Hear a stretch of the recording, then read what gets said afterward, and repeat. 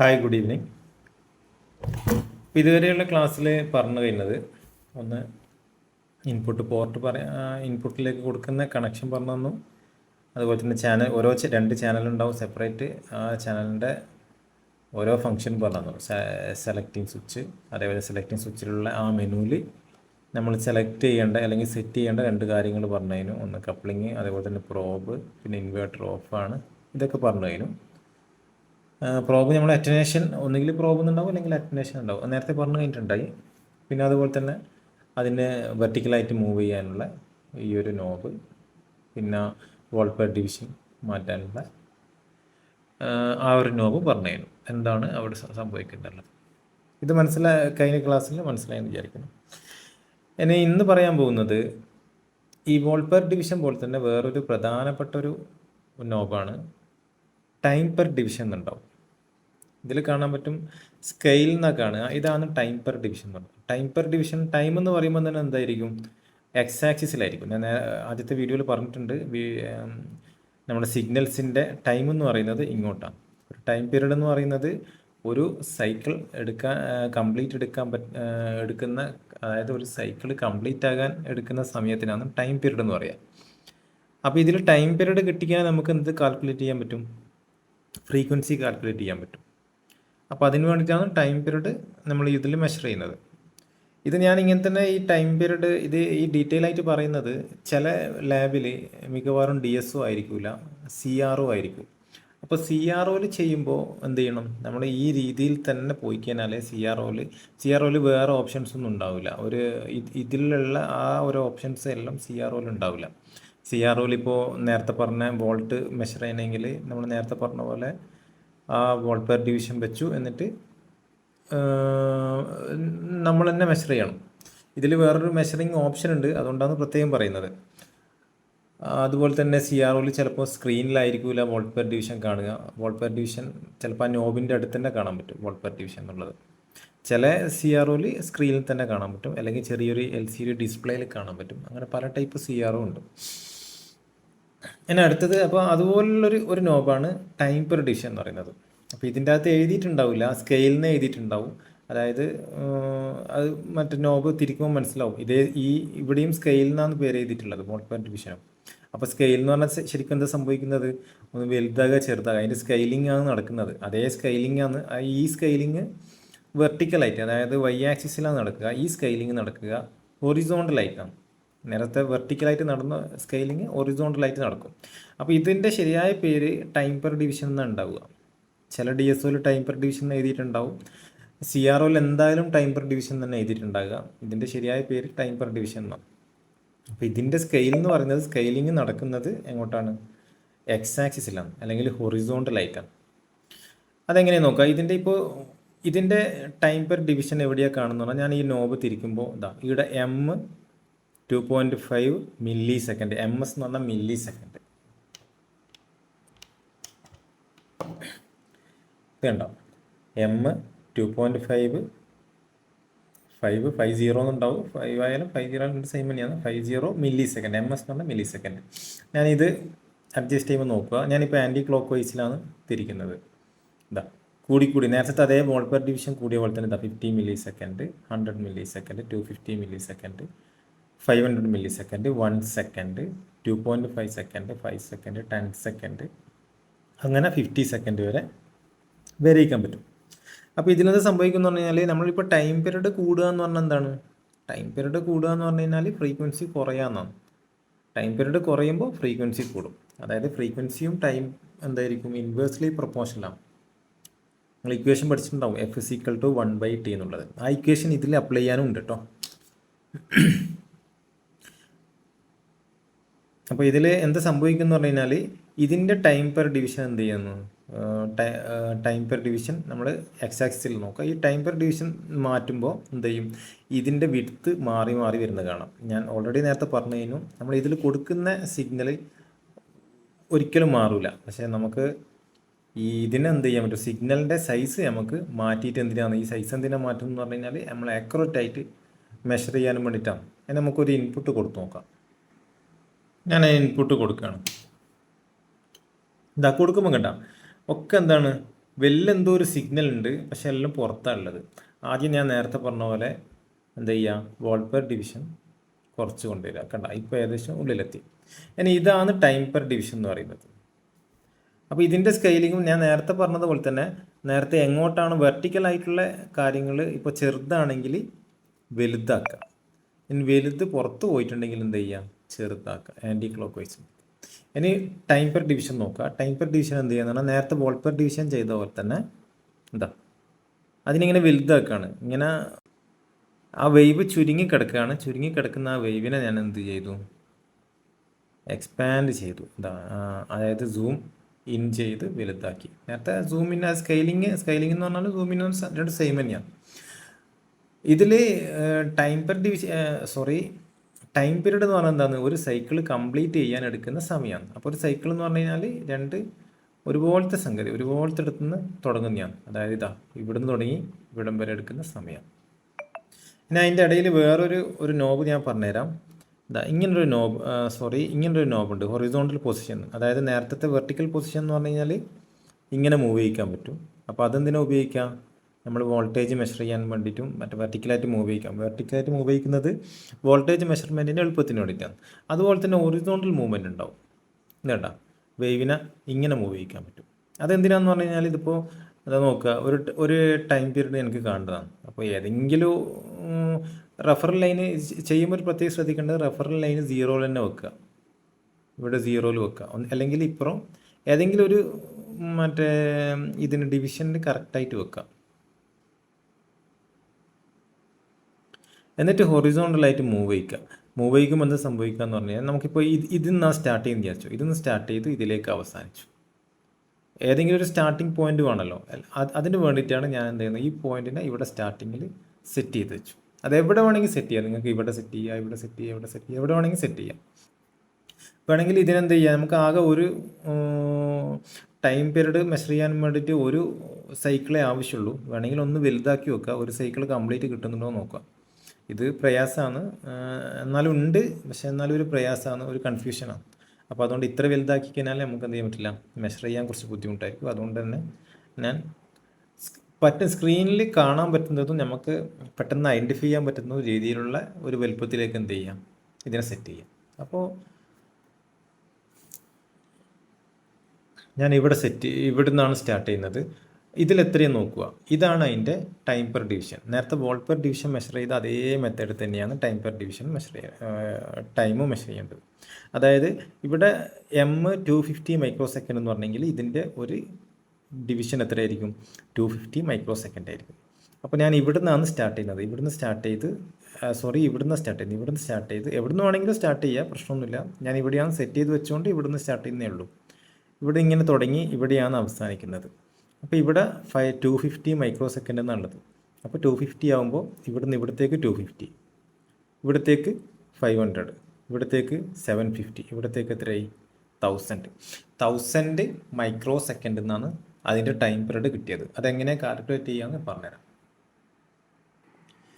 ഇപ്പോൾ നമുക്ക് കിട്ടിയ ടൈം എന്ന് പറയുന്നത് T = 1000 മൈക്രോ സെക്കൻഡ് എന്ന് കിട്ടി. ഈ 1000 മൈക്രോ സെക്കൻഡ് എന്ന് പറയുന്നത് എന്താണ്, = 1 മില്ലി സെക്കൻഡാണ്. അതായത് 1000 മൈക്രോ സെക്കൻഡിനെ കൺവേർട്ട് ചെയ്ത് കഴിഞ്ഞാൽ 1 മില്ലി സെക്കൻഡ് കിട്ടും. ആ കൺവേർഷൻ ശരിക്കും പഠിക്കണം. അതായത് ഇതിൻ്റെ ടൈം പീരീഡിൻ്റെ യൂണിറ്റ് എന്താ വരിക എന്ന് പറഞ്ഞാൽ, ബേസിക് യൂണിറ്റ് സെക്കൻഡാണ്. അതിൻ്റെ അടുത്ത സ്റ്റെപ്പാണ് മില്ലി സെക്കൻഡ്. മില്ലി സെക്കൻഡ് എന്ന് പറഞ്ഞാൽ എന്താണ്, 10⁻³ സെക്കൻഡാണ്. അതായത് സെക്കൻഡിനെ ഡിവൈഡ് ബൈ 1000, അതായത് 1/1000 സെക്കൻഡാണ്. ഇനി അടുത്ത യൂണിറ്റ് എന്ന് പറയുന്നത് മൈക്രോ സെക്കൻഡാണ്.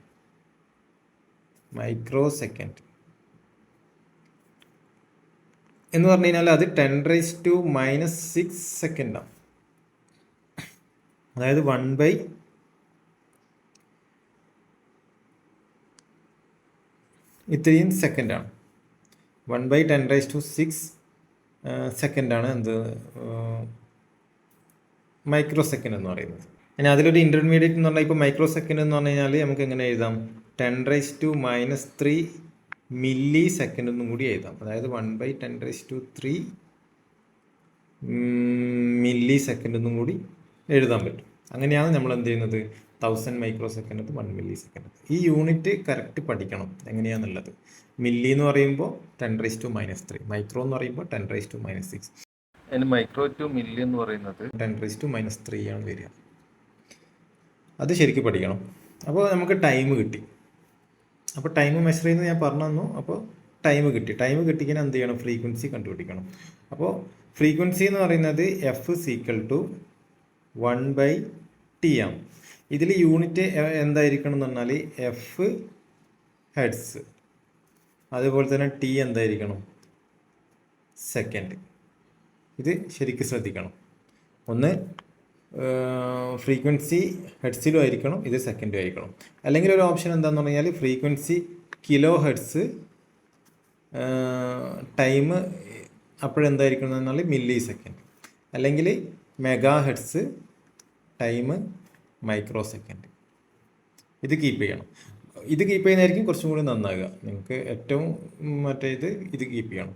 നിങ്ങൾ പ്രാക്ടീസ് ചെയ്ത് വരുമ്പോൾ ഇതൊക്കെ റെഡിയാവും. ഈ മെഗാഹെർട്സ് വരുമ്പോൾ മൈക്രോ സെക്കൻഡ് ആയിരിക്കും, അതേപോലെ തന്നെ കിലോ ഹെർട്സ്, അങ്ങനെ ആ രീതിയിൽ പോകാൻ പറ്റും. ഇനി നോക്കാം, നമുക്ക് കിട്ടിയ F = 1/T. അതായത് 1/T എന്ന് പറയുന്നത് എത്രയാണ്? 1 മില്ലി സെക്കൻഡ്. അപ്പോൾ 1 മില്ലി സെക്കൻഡ് എഴുതുമ്പോൾ 1 മില്ലി സെക്കൻഡ് എഴുതുക. അപ്പോൾ അതിനെ മാറ്റി എഴുതണം. അതിനെ സെക്കൻഡിലേക്ക് മാറ്റണം. സെക്കൻഡിലേക്ക് മാറ്റുമ്പോൾ എന്താ വരിക?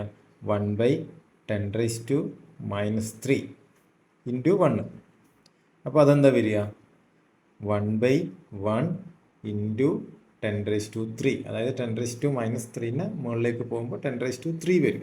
അത്രയും ഹെഡ്സ്. ഇത്രയും ഹെഡ്സാണ് ഈ 1/T എന്ന് പറയുന്നത്. അത്രയും ഹെഡ്സാണ്. ഇത്രയും ഹെഡ്സ് കിട്ടി. അതായത് 1000 ഹെഡ്സ്. 1000 ഹെഡ്സ് എന്ന് പറഞ്ഞു കഴിഞ്ഞാൽ നമുക്ക് എന്ത് പറയാൻ പറ്റും? 1 കിലോ ഹെഡ്സ് എന്ന് പറയാൻ പറ്റും. അപ്പോൾ ഫ്രീക്വൻസിയിലുള്ള റേഞ്ച് എന്ന് പറയുന്നത് ഫ്രീക്വൻസി ബേസിക്കലി എന്താണ്? ഹെഡ്സാണ്. അടുത്ത സ്റ്റെപ്പ് എന്ന് പറയുന്നത് കിലോ ഹെഡ്സാണ്. കിലോ ഹെഡ്സ് എന്ന് പറയുന്നത് എന്താണ്? 10⁻³ ഹെഡ്സാണ്. അതായത് 1000 ഹെഡ്സാണ്. പിന്നെ അടുത്ത സ്റ്റെപ്പ് ഉള്ളത് മെഗാ ഹെഡ്സാണ്. മെഗാ ഹെഡ്സ് എന്ന് പറഞ്ഞു കഴിഞ്ഞാൽ 10⁻⁶ ഹെഡ്സാണ്. അതായത് വേണമെങ്കിൽ എന്ത് പറയാം? Okay, 10⁻⁶ heads. ഇനി അടുത്ത് വേറൊരു ഇൻ്റർമീഡിയറ്റ് എന്ന് പറയുന്നത് 1 മെഗാഹെർട്സ്. മെഗാഹെർട്സിനെ കിലോ ഹെർട്സിലേക്ക് മാറ്റുമ്പോൾ 10⁻³ കിലോ ഹെർട്സാണ് വരിക. 1 മെഗാഹെർട്സ് എന്ന് പറഞ്ഞാൽ 10⁻³ കിലോ ഹെർട്സാണ് വരിക.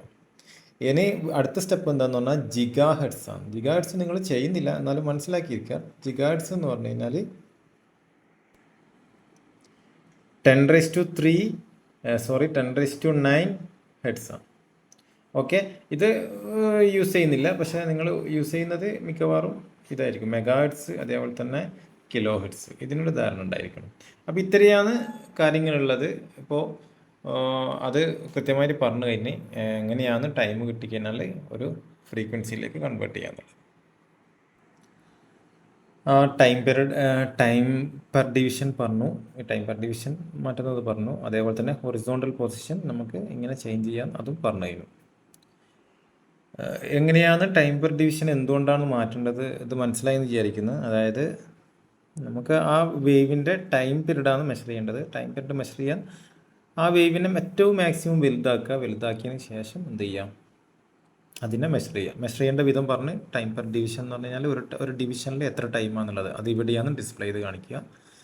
അതൊക്കെ പറഞ്ഞു കഴിഞ്ഞു. പിന്നെ ഹൊറിസോണ്ടൽ പൊസിഷൻ അത് മാറ്റിയിട്ടായിരിക്കണം നമുക്ക് എന്ത് ചെയ്യേണ്ടത്? അത് അഡ്ജസ്റ്റ് ചെയ്യാൻ പറ്റും. അതായത് എവിടെ നിന്നാണ് സൈക്കിൾ തുടങ്ങുന്നത്, അതെവിടെയാണ് സൈക്കിൾ അവസാനിക്കുന്നത്, ആ അവസാനിക്കുന്ന ഭാഗം വെച്ചു എന്നിട്ട് മെഷർ ചെയ്തു. ഇതേ മെത്തേഡാണ് CROയിൽ ചെയ്യേണ്ടത്. CROയിൽ ഇങ്ങനെ ചെയ്യാനേ ഓപ്ഷൻ ഉള്ളൂ. ഇതിൽ വേറെയൊരു മെത്തേഡ് ഉണ്ട്, അതുകൊണ്ടാണ് ഞാനിങ്ങനെ പറഞ്ഞുകൊണ്ടിരിക്കുന്നത്. വേറെയൊരു മെത്തേഡ് ഉണ്ട്, അത് പറഞ്ഞുതരാം എന്തായാലും. ഇത് മനസ്സിലായെന്ന് വിചാരിക്കുന്നത്. ഇനി ഒരു കാര്യം എന്താണെന്ന് പറഞ്ഞാൽ ഇപ്പം നമ്മൾ ചാനൽ 1 ഈ പറഞ്ഞത്. ചാനൽ 2 എന്താണ് സെയിം ഈ ടൈം പെർ ഡിവിഷൻ എന്ന് പറയുന്നത് ചാനൽ 1ലും ചാനൽ 2നും കോമൺ ആണ്, അതിന് സെപ്പറേറ്റ് ഇല്ല. കാരണം ഈ എക്സ് ആക്സിസ് എന്ന് പറയുന്നത് രണ്ടിലും ഏതാണ്ട് കോമൺ ആണ്, വൈ ആക്സിസ് മാത്രമേ എന്തേ ഉള്ളൂ വ്യത്യാസം ഉണ്ടാവും. അപ്പോൾ അതുകൊണ്ട് തന്നെ ടൈം പെർ ഡിവിഷൻ എന്തായിരിക്കും, രണ്ടിലും കോമൺ ആയിരിക്കും. നിങ്ങൾ ഏത് ചാനലിൽ വെച്ചാലും എന്താണ് ടൈം പെർ ഡിവിഷൻ ഒറ്റൊന്നേ ഉള്ളൂ, രണ്ടും കോമൺ ആണ്. അത് പ്രത്യേകം മനസ്സിലാക്കേണ്ടത് വേറൊരു ഓപ്ഷനിൽ പറയുന്നുണ്ട്, ഞാൻ അത് എടുക്കുമ്പോൾ പറഞ്ഞുതരാം. അതുകൊണ്ടാണ് ഞാൻ പ്രത്യേകം പറയുന്നത് ടൈം പെർ ഡിവിഷൻ കോമൺ ആയിരിക്കും എന്ന് പറയുന്നത്. അതേ സി ആർ ഒയിലും അങ്ങനെ തന്നെയാണ്, എല്ലാ ഡി എസ് ഒയിലും അങ്ങനെ തന്നെയാണ്. ഒറ്റ ടൈം പെർ ഡിവിഷൻ മാത്രമേ അവൈലബിൾ ആയിട്ടുണ്ടാവുള്ളൂ. അതേപോലെ തന്നെ ഒറിസോണ്ടൽ പൊസിഷനും കോമൺ ആണ്, രണ്ടിനും കോമൺ ആണ്, ഒറ്റൊരു അഡ്ജസ്റ്റ്മെൻറ്റേ ഉണ്ടാവുള്ളൂ. ഞാൻ അടുത്തൊരു ഫംഗ്ഷൻ എന്ന് പറയുന്നത് ട്രിഗർ എന്നാണ്. ട്രിഗർ ലെവൽ എന്നെല്ലാം കാണും ട്രിഗർ എന്നുള്ള. അപ്പോൾ ട്രിഗർ എന്ന് പറഞ്ഞാൽ ശരിക്കും ഒരു സിങ്ക്രണൈസേഷനാണ്. അതെന്താണെന്ന് വഴിയെ പഠിക്കും, പക്ഷേ ജസ്റ്റ് മനസ്സിലാക്കിയിരിക്കുക. അതായത് നമ്മൾ പുറത്തുനിന്നൊരു വേവ് കൊടുക്കുകയാണ്, ഉള്ളിലൊരു ഓസിലേറ്റർ ഉണ്ടാവും, ആ ഓസിലേറ്റർ തമ്മിൽ സിങ്ക് ചെയ്യുന്നതാണ് ഒരു ട്രിഗർ ലെവൽ കറക്റ്റ് ചെയ്യുന്നത്. ആ ട്രിഗർ ലെവൽ കറക്റ്റ് ചെയ്യുമ്പോൾ മാത്രമാണ് വേവ് ഇങ്ങനെ കോൺസ്റ്റൻ്റ് ആയിട്ട് നമുക്ക് കാണാൻ പറ്റുള്ളൂ. അല്ലെങ്കിൽ എന്ത് സംഭവിക്കാമെന്ന് പറഞ്ഞാൽ ജസ്റ്റ് കാണിച്ചു തരാം. ഞാനത് സെറ്റ് ചെയ്തുകൊണ്ടാണ് നിങ്ങൾക്ക് ഇങ്ങനെ തന്നെ പെട്ടെന്ന് കാണുന്നത്. അത് സെറ്റ് ചെയ്തിട്ടില്ലെങ്കിൽ ഇങ്ങനെ വേവ് ഇങ്ങനെ ഓടുന്ന കാണാം, ഇങ്ങനെ ഓടുന്ന കാണാം. ഇതൊരു സൈൻ വേവ് ആണ്, നമ്മൾ കൊടുത്ത് നമുക്കറിയാം ഏതാ വേവ് എന്നുള്ളത്, സൈൻ വേവ് ആണ്. പക്ഷെ എന്താണ് ഇതിങ്ങനെ ഓടിക്കൊണ്ടിരിക്കുകയാണ്.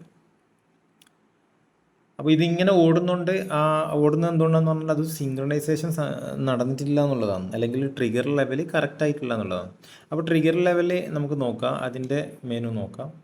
ഇത് സി ആർ ഒയിലും ഈ ട്രിഗറിൻ്റെ പ്രശ്നമുണ്ട്. അപ്പോൾ ട്രിഗറിന് നമുക്ക് ട്രിഗർ ലെവൽ അഡ്ജസ്റ്റ് ചെയ്യാനുള്ള നോബ് ഉണ്ടാവും. അതുപോലെ തന്നെ അതിൻ്റെ ഈ മെനുവിൽ ഞാൻ കാണിച്ചിട്ട് അതിൻ്റെ ഓപ്ഷൻസ് ഉണ്ടാവും. ഇതാ ട്രിഗർ എന്ന് പറയുന്നത് ഇതിൽ രണ്ട് സെറ്റിങ്സ് മാത്രം നിങ്ങൾ സെലക്ട് ചെയ്താൽ മതി, അത് ഓപ്ഷൻ മാറ്റിയാൽ മതി, അന്നേരം തന്നെ നിങ്ങൾക്ക് അത് റെഡിയാകുന്നതാണ്. ഒന്നാമത്തെ ഒരു ഓപ്ഷൻ എന്ന് പറയുന്നത് സോഴ്സ് എന്നുള്ളതാണ്. സോഴ്സ് ചാനൽ 1 ആയാലും കുഴപ്പമില്ല, ചാനൽ 2 ആയാലും കുഴപ്പമില്ല. പക്ഷേ ഇപ്പോൾ നമ്മൾ ഇതിലുള്ളത് ചാനൽ 1 മാത്രമേ കൊടുത്തിട്ടുള്ളൂ. അങ്ങനെയാണെങ്കിൽ അത് ചാനൽ 1 സെലക്ട് ചെയ്യാം, കാരണം വേറെ ഓപ്ഷൻ ഇല്ല, ചാനൽ 1 മാത്രം നോക്കുക. എന്നിട്ട് നമ്മൾ രണ്ട് ചാനൽ 1ഉം ചാനൽ 2ഉം കൊടുത്തിട്ടുണ്ടെങ്കിൽ ഏറ്റവും നല്ലത് ചാനൽ 2 സെലക്ട് ചെയ്യാം. സോഴ്സിൽ ചാനൽ 2 സെലക്ട് ചെയ്യുക എന്നുള്ളതാണ് ആദ്യം ചെയ്യേണ്ടത്. പിന്നെ ടൈപ്പ് എഡ്ജ് ആയാലും വീഡിയോ പൾസ്, അത് എഡ്ജ് സെലക്ട് ചെയ്യുന്നതാണ് കുറച്ചും കൂടി നന്നാവുക.